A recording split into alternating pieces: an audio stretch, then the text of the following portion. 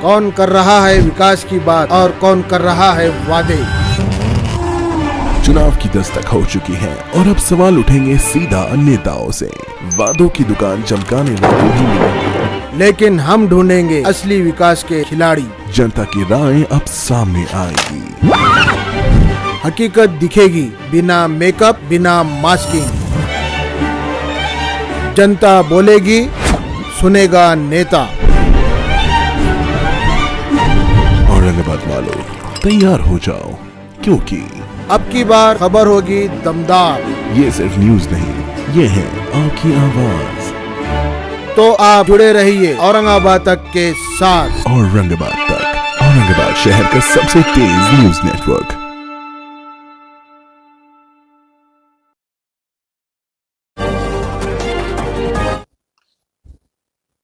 कल जो चंपा चौक में मीटिंग हुई, चंपा चौक से आकाशवाणी तक के 100 फीट रोड करने के लिए, उस ताल्लुक से माननीय आयुक्त ने ये क्लियर कर दिए कि नई मार्किंग और नया रोड जो है 2001 के प्लान के हिसाब से होगा, क्योंकि 2024-2025 में अलाइनमेंट में थोड़े चेंजेस हो गए थे। तो आयुक्त साहब ने स्पेशल मीटिंग लगा के ठहराव लेके जो पुराना 2001 का प्लान था उसी पे वो कायम रहे।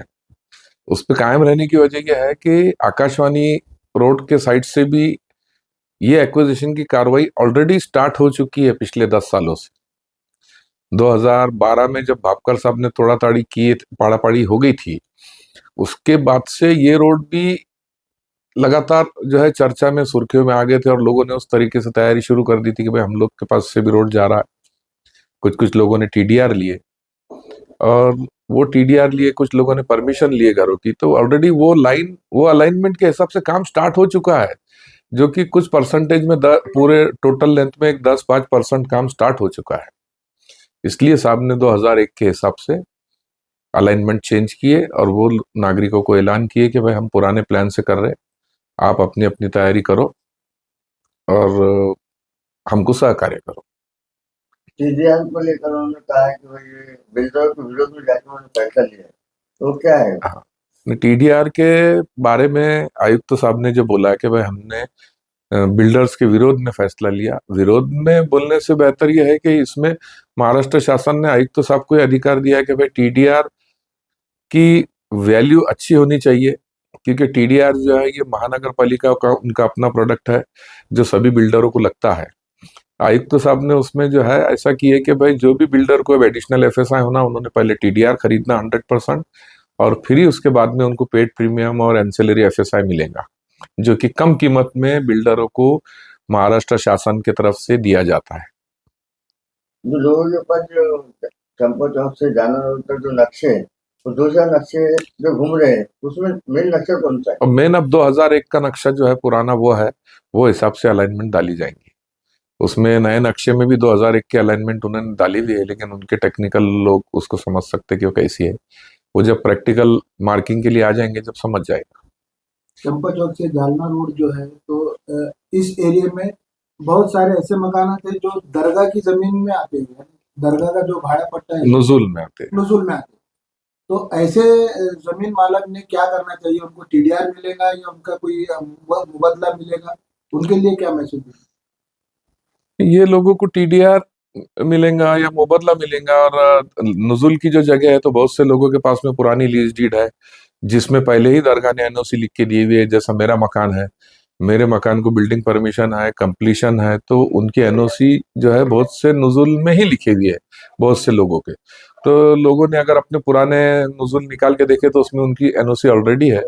जिस किसी के पास नहीं है तो हम लोग दरगाह के जो भी जिम्मेदार है उनसे रिक्वेस्ट करके वो एनओसी ले ले सकते हैं।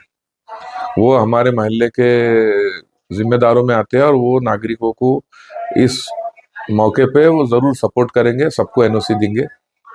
क्योंकि लोग जो है अपने अपने घरों से लोगों को तो बाहर जाना पड़ रहा, दूसरी जगह घर लेना पड़ रहे, तो मेरे को नहीं लगता कि दरगाह वालों की तरफ से कोई तकलीफ होगी। म्युनिसिपल महानगर पालिका आयुक्त साहब जिस तरह से काम कर रहे हैं, उसको आप किस नजरिए से देखते हैं?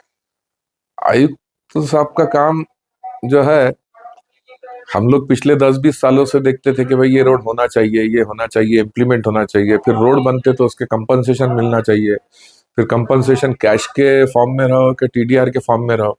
अगर टीडीआर के फॉर्म में रहे तो उसको प्रॉपर सेल होना चाहिए, उसकी वेबसाइट अलग होना चाहिए, जिसका टीडीआर है उसका नाम होना, मोबाइल नंबर होना, ये सब हमने आयुक्त साहब को और गवर्नमेंट को भी हम बहुत दिनों से रिक्वेस्ट करते थे।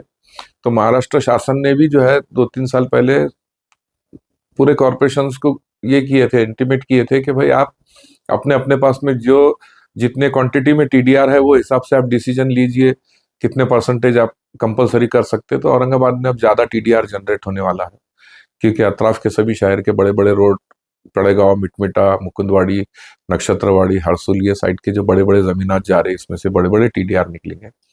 नया डीपी प्लान होगा उसमें से भी टीडीआर निकलेंगे। तो इसलिए टीडीआर का भाव ज्यादा होना चाहिए, क्योंकि टीडीआर अगर सेल होता है, जो लगता ही है बिल्डिंग बनाने के लिए, कंपलसरी है टीडीआर, लगता ही है। जिसको बड़ी बिल्डिंग बनाना है तो वो एफएसआई उनको जरूरत पड़ती है, बिल्डर को। अलग अलग रोड पे अलग अलग क्वांटिटी है।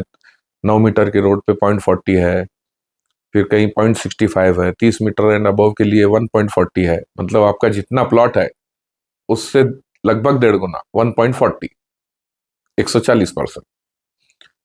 गुंटेवारी को लेकर भी कहीं लोग जो है तो परेशान नजर आ रहे हैं, गुंटेवारी करना चाहिए या नहीं करना चाहिए। तो आप एक जाने माने बिल्डर्स है, गुंटेवारी के ताल्लुक से आप कुछ बताइए। गुंठेवारी लोगों ने करना चाहिए, क्योंकि बहुत से मकानात इलीगल है, लेकिन गुंठेवारी के भी एरिया जो है फिक्स है, जहाँ पे अनडिवाइडेड प्लॉट्स है, सब डिवीजन हुए हुए नहीं है, उस जगह पे गुंठेवारी लागू हो जाती है। और जहाँ पे सीटीएस नंबर है, हर एक का अपना अपना पीआर कार्ड है गाँवठान में, तो वहां पे वो लोगों को गुंठेवारी की जरूरत नहीं, वो सीधी अपनी परमिशन रेगुलराइज कर सकते। किसी ने इलीगल बनाया तो आपको जो है जुर्माना, पेनल्टी भर के आपकी परमिशन रेगुलराइज हो जाएंगी। चंपा चौक से जालना रोड जो मास्टर प्लान बताया जा रहा है, उसमें कुछ लोगों का विरोध हो रहा है। अभी विरोध इसलिए हो रहा है कि कुछ लोगों के जो है घर उसमें जा रहे, कुछ लोगों ने अपने अपने मकसद के लिए कुछ नए नए हरकतें की है, कोई इधर रोड बता रहा उधर बता रहा। इसीलिए साहब ने 2001 से की है कि वो लाइन पे ऑलरेडी काम स्टार्ट हो चुका है, उसके ऊपर किसी को कोई आपत्ति होने का या किसी का कोई ऑब्जेक्शन का सवाल ही नहीं आता। क्योंकि 2001 के हिसाब से चंपा चौक से जिंसी तक 33 प्रॉपर्टी है, 33, जिसमें से ऑलरेडी 13 प्रॉपर्टी कॉर्पोरेशन को सरेंडर कर चुके हैं लोगों ने। कुछ प्रोसेस में है, कुछ सरेंडर हो चुकी है, कुछ के टीडीआर मिल गए। तो वो लाइन पे ऑलरेडी काम स्टार्ट हो चुका है पिछले 7-8 साल से। और अब वापस से नई अलाइनमेंट करके और नया काम करेंगे तो ये सब प्रॉब्लमेटिक हो जाएगा। इसलिए साहब ने 2001 के आयुक्त साहब ने 2001 के हिसाब से ही ये डिक्लेयर किया। चंपा चौक से जालना रोड के दरमियान में जो भी धार्मिक स्थल आ रहा है, उसके बारे में कुछ आपकी चर्चा हुई है क्या आयुक्त साहब? हाँ, आयुक्त साहब से चर्चा हुई है। धार्मिक स्थलों को जो है आयुक्त साहब हाथ भी नहीं लगा रहे, कॉर्पोरेशन भी हाथ में लगाएंगे, खाली रोड्स के हद तक वो लोग ये कर रहे। धार्मिक स्थलों के बारे में जो है, धार्मिक स्थल की जो जो कमेटियां हैं अपने अपने एरिया में, जहाँ जहाँ जो धार्मिक स्थल है उसकी जो कमेटी है, वो लोगों से बुला के आयुक्त साहब उनकी क्या बातें हैं वो शरायतें तय करेंगे। बाकी शहर में और जगह भी धार्मिक स्थल ऐसे ही रास्तों के बीच में आ गए तो वो लोगों से भी मीटिंग आयुक्त साहब ने लिए है। और कुछ कल मेरे सुनने में आया कि चिकल थाने में भी एक धार्मिक स्थल, एक मस्जिद जो है रोड पे थोड़ी आई हुई थी, तो वहां की कमेटी ने जो है उसको थोड़ा सा अंदर ले लिए। तो जनता के लिए क्या मैसेज देंगे डेवलपमेंट प्लान? जनता के लिए मैसेज है कि जिन डीपी प्लान का हम 20-20 साल से, 25-25 साल से, 30-30 साल से इंतजार कर रहे थे, वो घड़ी जो है अब आ गई है। महाराष्ट्र शासन ने इसमें तकरीबन पूरे महाराष्ट्र में रोड्स वगैरह जो डीपी प्लान के हिसाब से ये लोग इम्प्लीमेंट करने के लिए स्टार्ट कर दिए, और इससे जो है अपनी तरक्की होंगी। बाहर के टूरिस्ट वगैरह जो अपने शहर में आते हैं घूमने फिरने के लिए आसानी होती है। शाम के टाइम में ये रोड से कोई गाड़ी भी जा नहीं सकती, इतना ट्रैफिक चंपा चौक और जिंसी के दरमियान में रहता है। और आगे तो खैर रोड ही नहीं है। अभी नया रोड जब हो जाएगा तो इस सिटी का ट्रैफिक जो है बैलेंस हो जाएगा। अभी गवर्नमेंट सेंट्रल बिल्डिंग भी जो है, यहाँ पे लेबर कॉलोनी में सेंट्रल बिल्डिंग बन रही है, सेंट्रल बिल्डिंग है, गवर्नमेंट के पूरे ऑफिसेस ये साइड है। और जालना रोड से ये बहुत अच्छी कनेक्टिविटी, शहर के अंदर एक बहुत मुख्य रास्ता जो है सभी आजू बाजू के 10-20 वार्डों के लिए हो जाएगा। और हम आयुक्त साहब से ये भी विनंती करेंगे कि जो भी डीपी रोड पुराने बन चुके हैं वापस उसको एक बार साहब अपने स्टाफ से आप उसकी देख रेख कराइए कि भाई कोई आगे तो नहीं बढ़ा, कोई चबूतरे आगे तो नहीं बढ़ गए। पार्किंग के भी बहुत मसले हैं। नागरिकों से यह आह्वान है कि आप जो है इस डीपी रोड्स के काम में तमाम शहर के अंदर आप जो है महानगर पालिका को कोऑपरेट करें और अपने शहर को अच्छा बनाने के लिए और संभाजी नगर महापालिका को हाथ बार लगाएं।